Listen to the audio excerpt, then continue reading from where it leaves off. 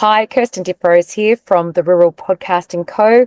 I'm a podcast host and creator. I help rural people tell their own stories, and I'm very excited to be on the Online Prosperity Show. You'll hear a bit about my story, what I do, and why storytelling is so important for rural people. I look forward to seeing you there.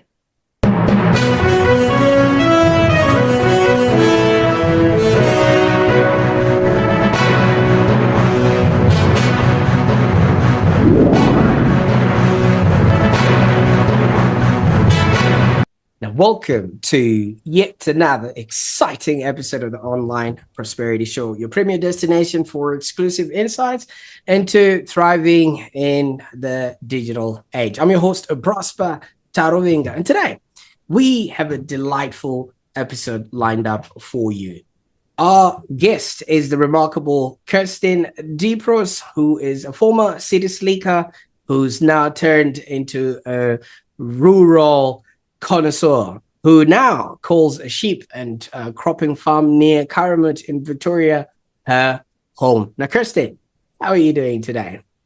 Hi, Prosper. Great. I'm happy to be here. Absolutely. Now, Kirsten, I must ask, having to transition from the bustling streets of Western Sydney to now, having to deal with sheep and goats and horses in Caramut. Did you ever imagine this growing up, that this will be your life? Certainly never imagined it. I don't deal with any goats or horses, but yeah, we are on a sheep and cattle property, and we have crops as well.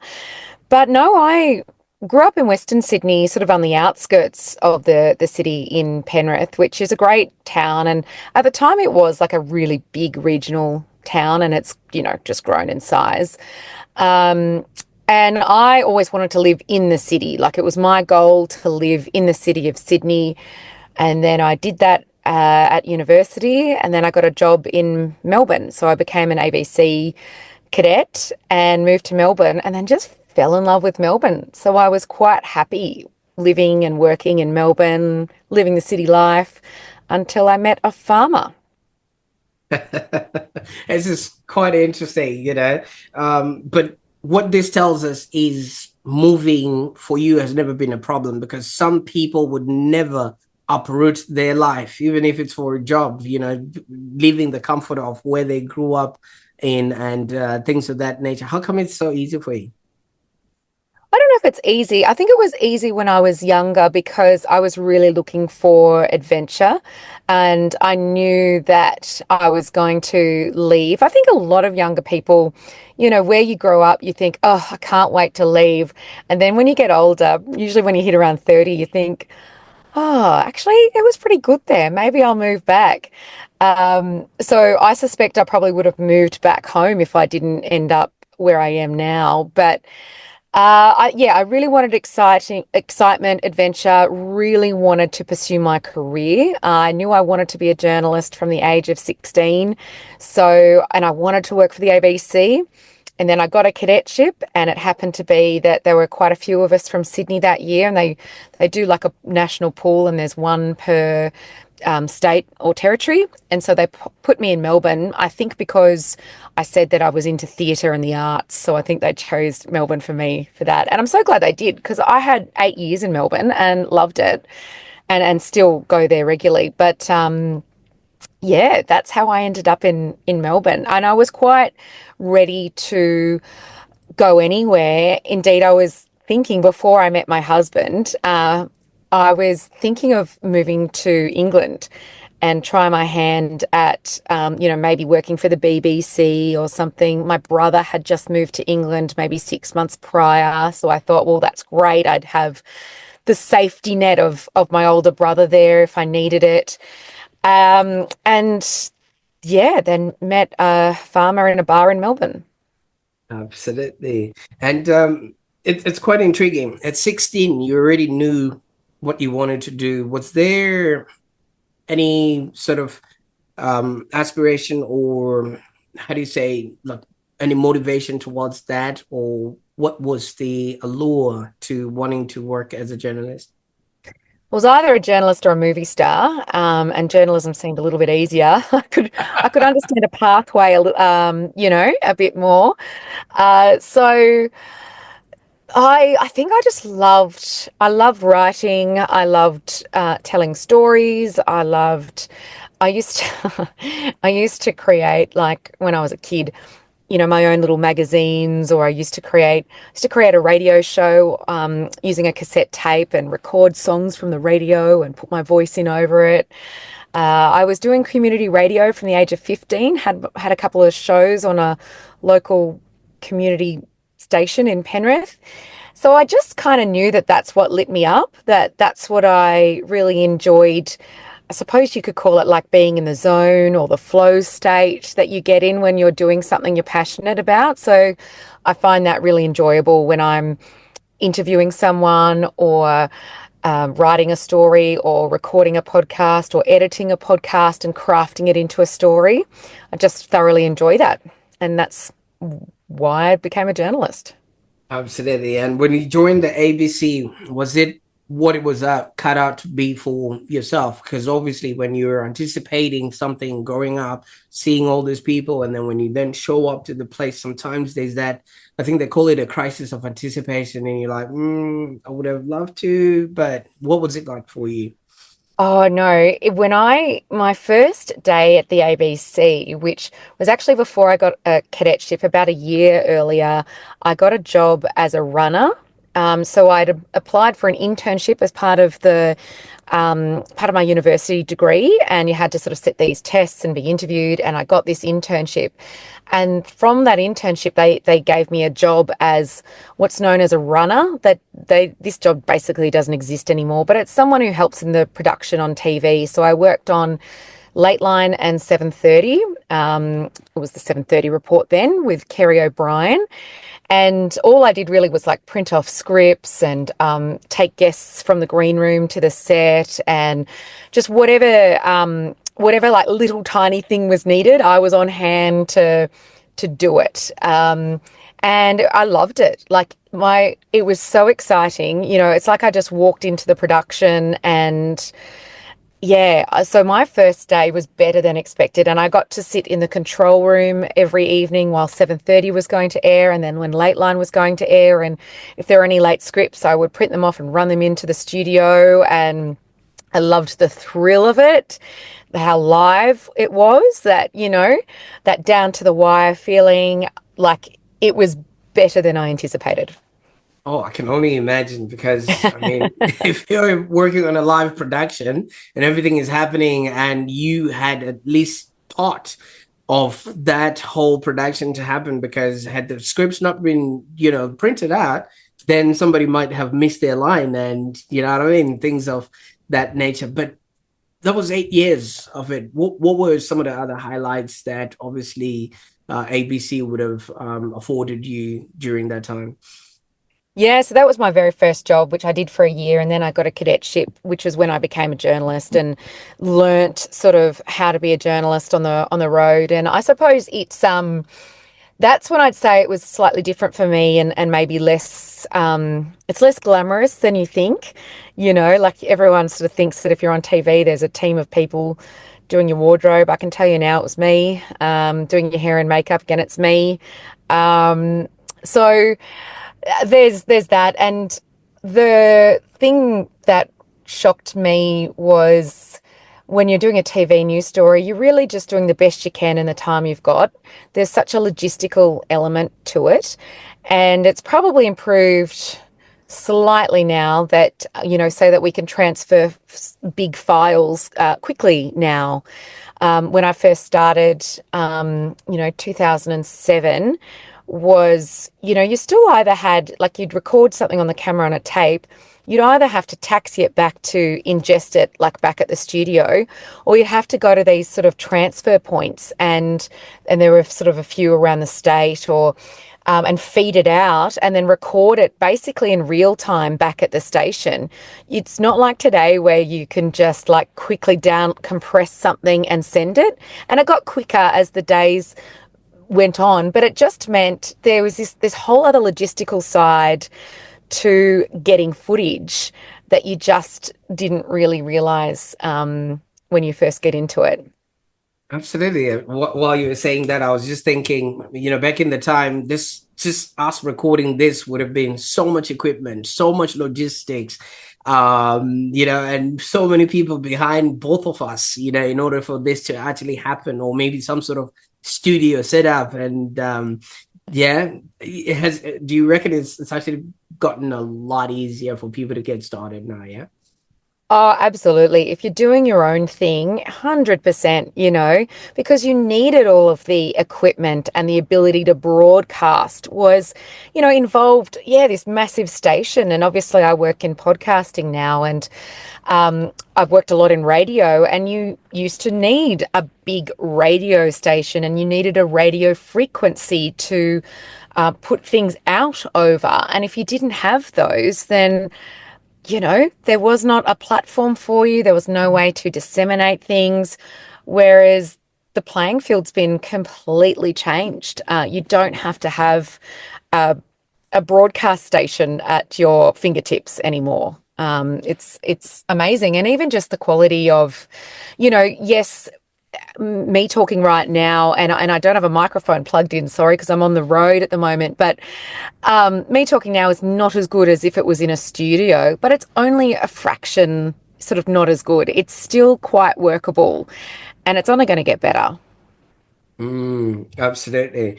Now, you obviously turned away from all of that. The first stop was going to be BBC, but you didn't go for BBC. You went for FIC, Farm in Karamut.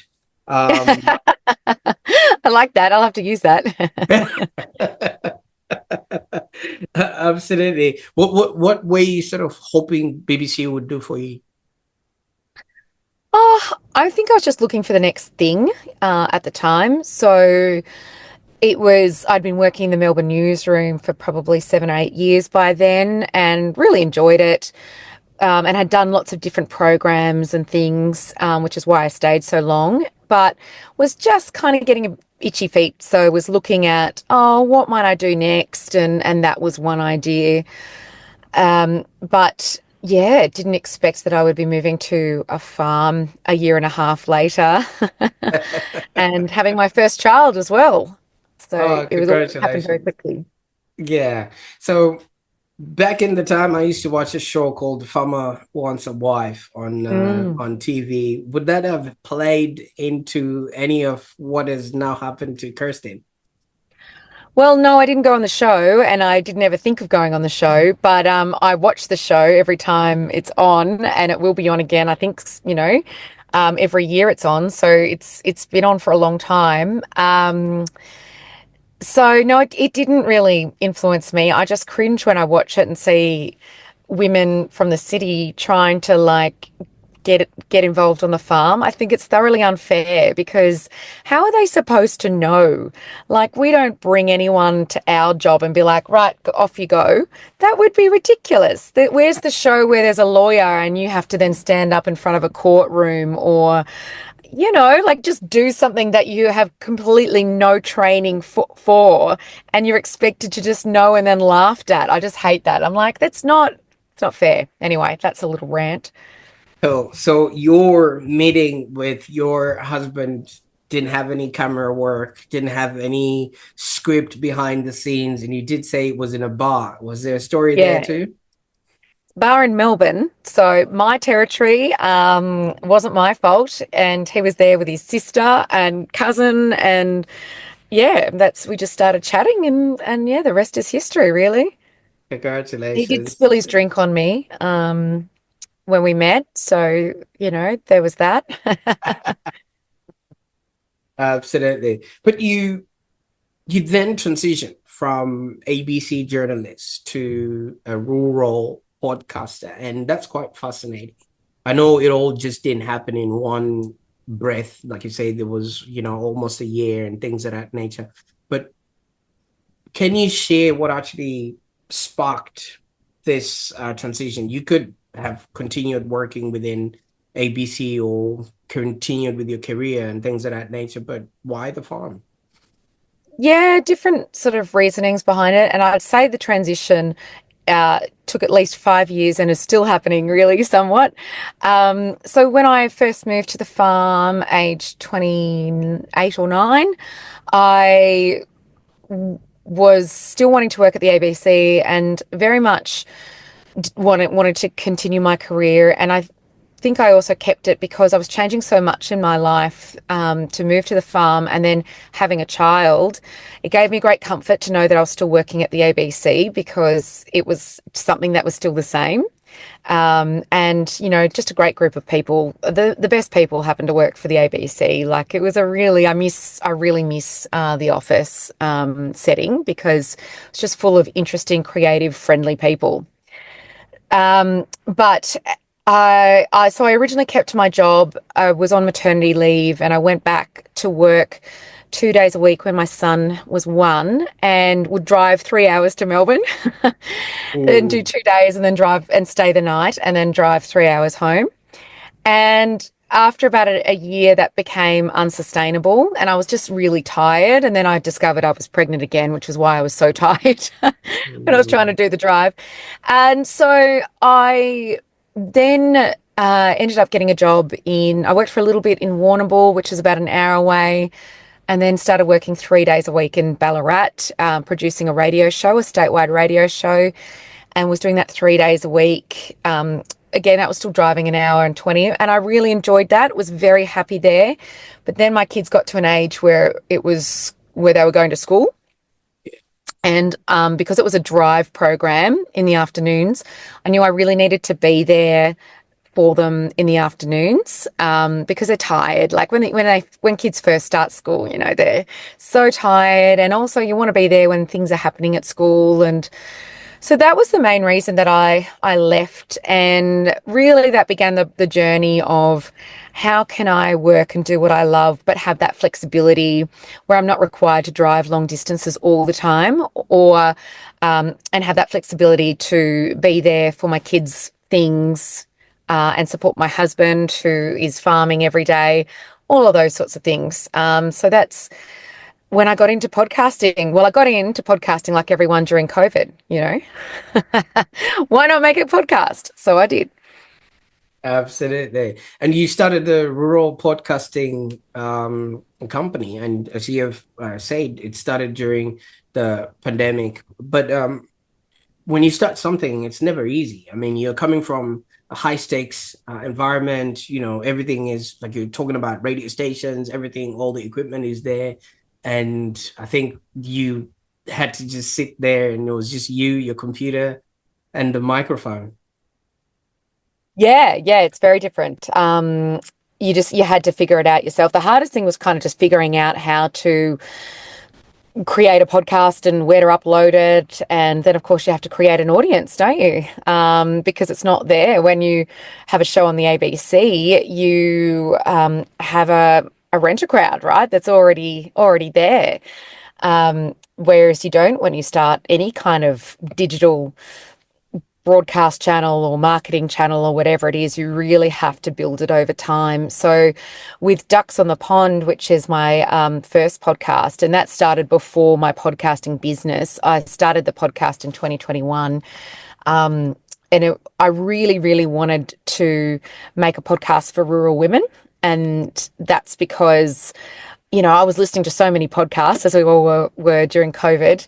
And a lot of them, like I was into those educational kind of ones and those self-improvement ones, but they just didn't fit the way that I lived. Like I wasn't a guy living in Silicon Valley in the US, getting up at 5 a.m. and working out at the gym and then coming back for an ice bath and then, starting my 4 hour day. Like I had young kids and like I'd been up the night before with them and my husband's farming and I live far away and it's an hour to get into town and all of those things. So I wanted a podcast that, had all those benefits of talking about business and life and physical and mental health and, how we can be the best versions of ourselves, but without the BS of like, you know, you must get up at 5 a.m. and you must no, let's just talk about that something that's achievable for us.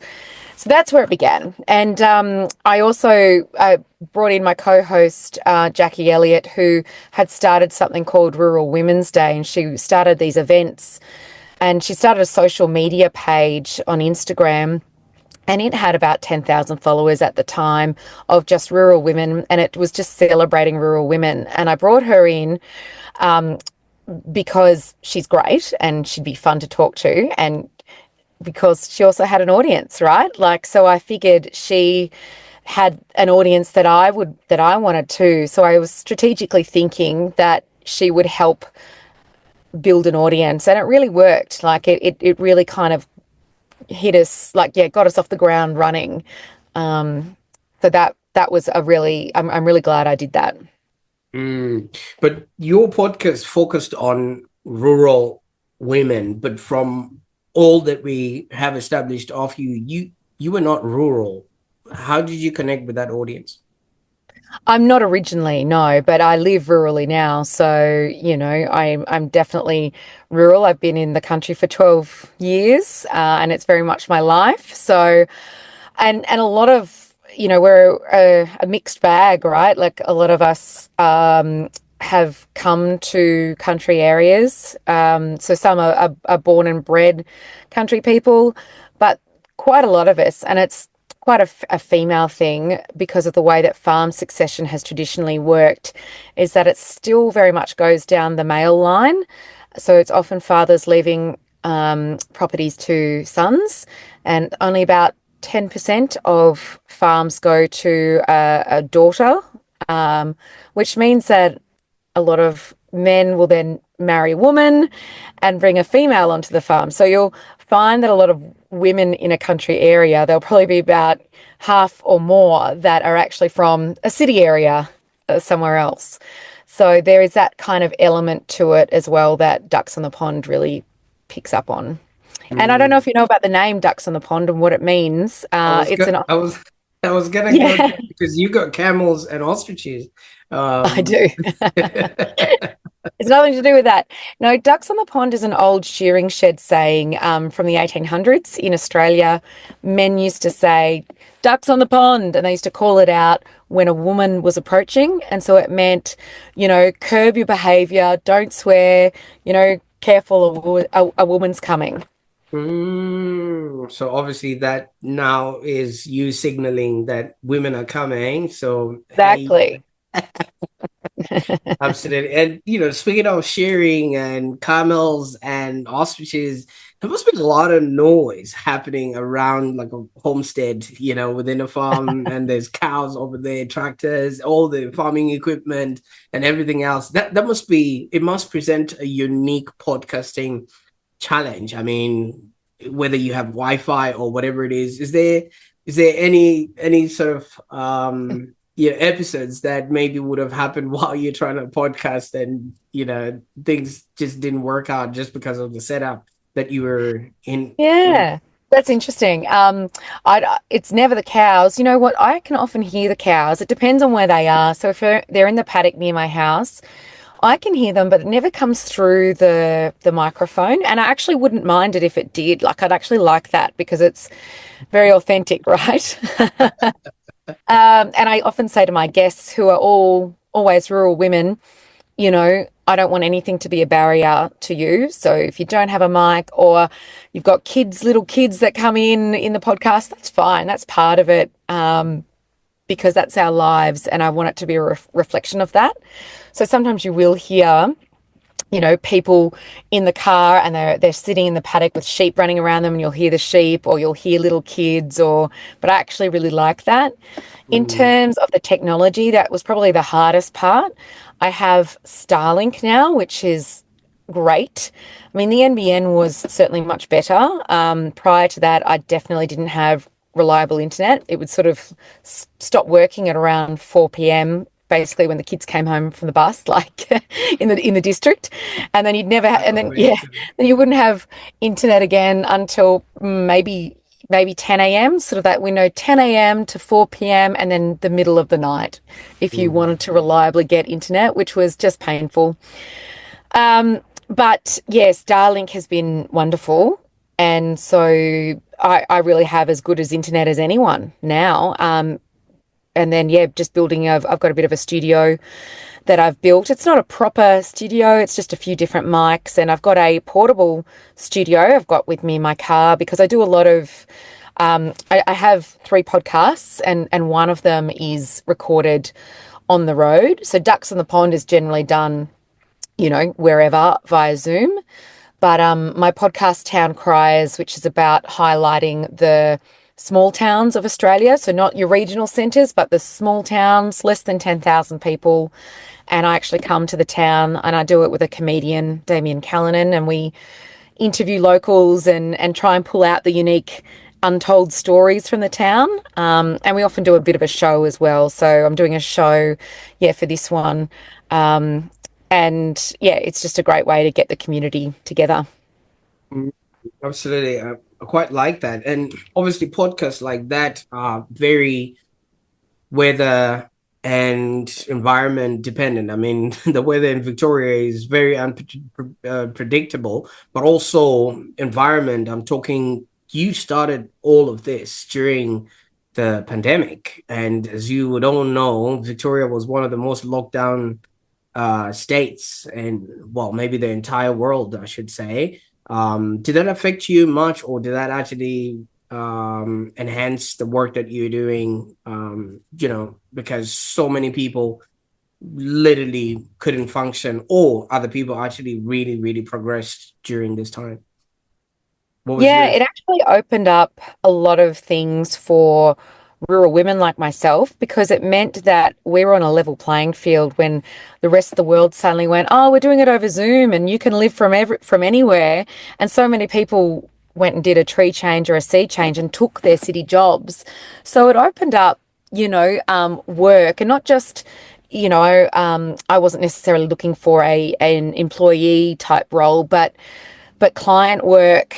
So with my business, Rural Podcasting Co., I hadn't set that up then, but I was doing, just a few contracts here and there, like writing things or doing other things, and was able to do it from home. And since we were all from home, living somewhere else wasn't a barrier, whereas it used to be an immediate barrier of, oh, you can't come, what? You can't come into an office. And the main barrier was because people and businesses and organizations weren't technologically set up for it. Even though Zoom existed, right? They just hadn't, no one had kind of gone to the effort of learning Zoom or understanding how to work asynchronously in teams where you use programs like there's some great programs like Asana and I use that for myself and it's really just me using it, but I find it useful. But those sorts of ways where you can have a kind of online workspace where you can pick up projects and work, but not actually have to be online at the same time as everyone. Whereas the world suddenly had to jump into that, and that was a great benefit to me and people like me, like people living in the country. It was, yeah, I mean, COVID, of course, was terrible. I wouldn't wish it again. But that was the benefit. And whilst also looking after a very young child, and we'd do that in the mornings, and then I would try and work in the evenings and work in the mornings and then get dinner ready. And I just felt like I think I was just like running around my house constantly. That's what it felt like to me. Absolutely. And I think people found their way and people made it work somehow, which as human beings, we're all very sort of adaptable. And Mm. yeah, thank God for that aspect. Now, would you say, had you not had this sort of media training and background, would this have been the career that you're doing now, or would it have been different? I don't know if you maybe ever thought about this. Yeah, I don't know. I mean, because I love it so much, I did in between starting this company, I worked for a different organization and was doing something I'd say communications adjacent, but not quite what I love doing. And I started, like, I really missed it. And that's when I really realized that it's sort of quite innate in me that I'm going to do this sort of storytelling stuff, whether I'm paid for it or not. So I might as well just get paid for it. So I think I've always was always going to do it. I don't think there's ever any other option. It's just nowadays you have more ability to do it on your own without needing to be employed by a media outlet or have a marketing role at a organization, but you just have to learn other things. Like I've really had to learn how to market and distribute content, whereas I didn't have to before. But I quite enjoy that. Like, as in, it's like it's the new challenge for me. While I still love doing my storytelling, I've been really enjoying learning about how to grow a business and some of those other aspects that I didn't have to do before. Absolutely. Now, as you were saying, back in the time, people couldn't even Zoom, and because the technology was, we didn't have a use case for it. But now it's become common sense, which has also become the thing about podcasts as well. Podcasts were there for a long time ago. It was actually called the iPod because of it having the ability to podcast. And Mm. this is exactly what we had before, but some might argue that podcasting is now saturated. Why should listeners maybe tune into a rural focused podcast, and what sort of unique value does it bring to the table? Yeah, absolutely. I mean, podcasts, they talk about the golden age of podcasting probably being around that 2014, 15, 16 mark, which was well before COVID, when sort of Serial first came out, that the sort of big true crime thing, and now true crime's absolutely exploded. Yeah, so there are so many podcasts, absolutely. But I find that, podcasts, it's saturated now, as in maybe that's used as a reason to not start one. No one ever says that about like a Netflix series. Like no one says, "Oh, let's like not create no more TV because it's saturated now." Or people don't view podcasts perhaps almost like you could almost even view it like an Instagram account. It'd be like me saying, "Oh, I'm not going to have Instagram. Everyone's got Instagram now. Why would they look at my account?" And like any social media, there's always that glory period of when something first starts and if it takes off and you get in early and so okay, that's gone. Maybe it'll have another kind of renaissance for some reason, but it doesn't mean that it's dead as a platform. And when you look at podcasting statistics, they're so like, yes, absolutely, there are so many podcasts out there, but it's a lot of them aren't very good or they don't have more than 3 episodes. I think it's something like 70% of podcasts out there don't have more than 3 episodes because people start, they realize that, oh, it's a bit of work, and then they stop, they run out of steam. So, you know, it that kind of inflates the figures a bit. And it's something that my business really taps into is that, I've got different programs and strategies to help you so that you don't lose steam after 3 episodes and never make another one. So that's kind of, what I like to do. But in terms of answering your question about why rural podcasting, because firstly, I think it's important that we hear rural voices in Australia. I can't speak for too much of the rest of the world, although I know other countries and rural people in other countries do feel like this, is that you get spoken about rather and by people who don't necessarily understand what life is like or what challenges you face. And I just think it's really important that we have our own channels and our own ways to communicate who we are and communicate with each other, because life is quite different to the city. I like how you have made that analogy that, there's never going to be enough Instagram profiles. So, if you've got something to say, might as well. And especially like you were saying, you're going around to all these small towns. Can you imagine if we had like a small town podcast that's just giving the news about what's happening in that little 200 person town where you could literally interview everyone, and that's already 200 episodes in that whole town. So that would be a unique piece of content that so many people wouldn't have an understanding of how to do this. Now that you've sort of opened us up to this, opportunity for those that are interested in maybe collaborating or maybe learning a little bit more about how they can get this done. How do they get in touch with you and explore some of the services that you offer there? Yeah, thank you. So find me at ruralpodcastingco.com and have a look at some of the services. I do coaching. I do podcasts for organizations as well. Like if you need that sort of full service, or I might just do a part of the service. I do consults as well, like one-off podcasts, podcasts, one-off consults to get you started. Um, yeah, and if you want to collaborate, ducks on the pond, if you're a rural woman or have a business, I'd love to hear from you. I often collaborate with other sort of women-led or women-focused businesses. TownCriers has its own website, towncriers.com.au. So if you're a small town and you'd like us to come to your town and tell its story, then you can contact me there. And then I've got a new podcast called Two Smart Blondes, and I do that with Leila McDougall, who's a filmmaker. She created the film Just a Farmer, and we talk about media, pop culture, TV, film every week, and we invite a sort of guest who's involved in the arts on every week. So that's a bit of fun. Mm. And definitely, I will put all those links so that people can get following and maybe learn a little bit about you. Now, from what I'm understanding, you started off wanting to be a movie star, but I think Not really. Didn't try.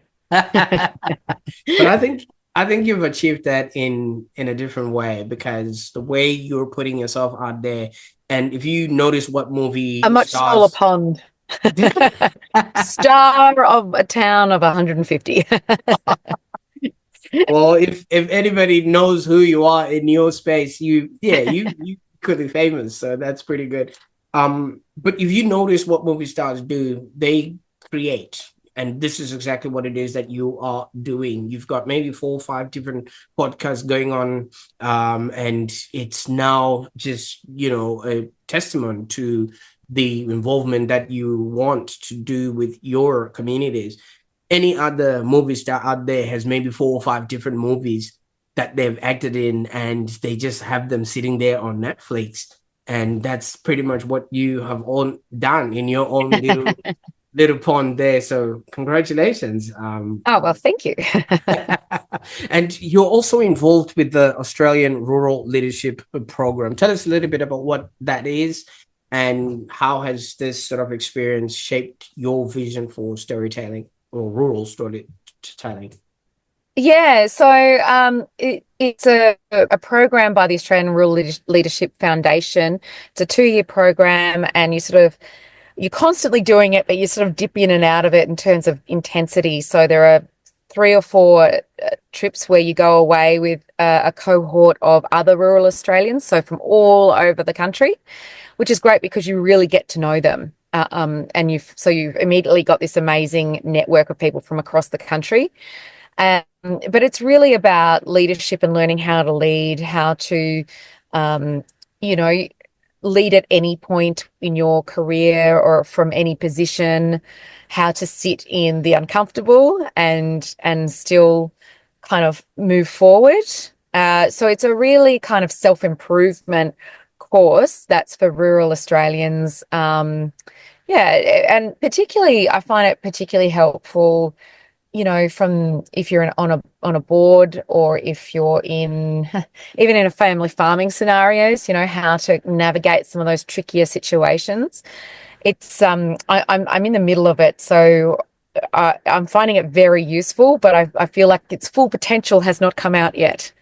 I quite like that, because when people are exposed to different environments, different people, different ways of life, you literally, you literally get ideas or insights that you never thought you would. Because I'm in Victoria, but half of the time I come across people that have never left the state or the suburb that they grew up in, and that just showcases how limited their view and scope of what's out there is. And speaking of which, when we started this show, you introduced us to the 16-year-old that literally knew they wanted to either be a movie star or a a Journalist. journalist. Yeah. And yeah, you've completely achieved both of those things in maybe in a whole different way than you envisioned at the start of it all. If you would go back to that 16-year-old and maybe have a conversation with her, knowing what you know now about how your life turned around, what would you tell her while she's sitting in the airport getting ready to jet off to Melbourne, to a world that she never knew was going to end up like this? Ah, that's interesting. I certainly wouldn't want to spoil the story for her. I'd just say, you've got this. Like, it's everything won't go to plan as you've got it in your head, but you've got this. And I had a lot of people asking me when I first moved to the farm, like, oh, what are you going to do about your career? What's going to happen to that? And I would always say, look, I don't know. Like, I'm going to keep my career somehow. I'm going to make it work. And I think that's the answer. I would probably say to my 16-year-old self is, you don't have to have all the answers at the time, because, if you know what you want, you will find a way.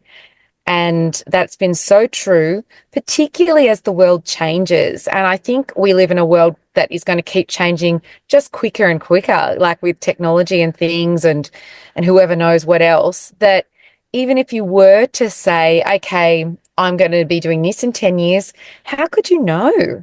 I look at our kids these days, and I don't know what it was like for you growing up, but yeah, you really did think about, oh, I'm going to do this for a career.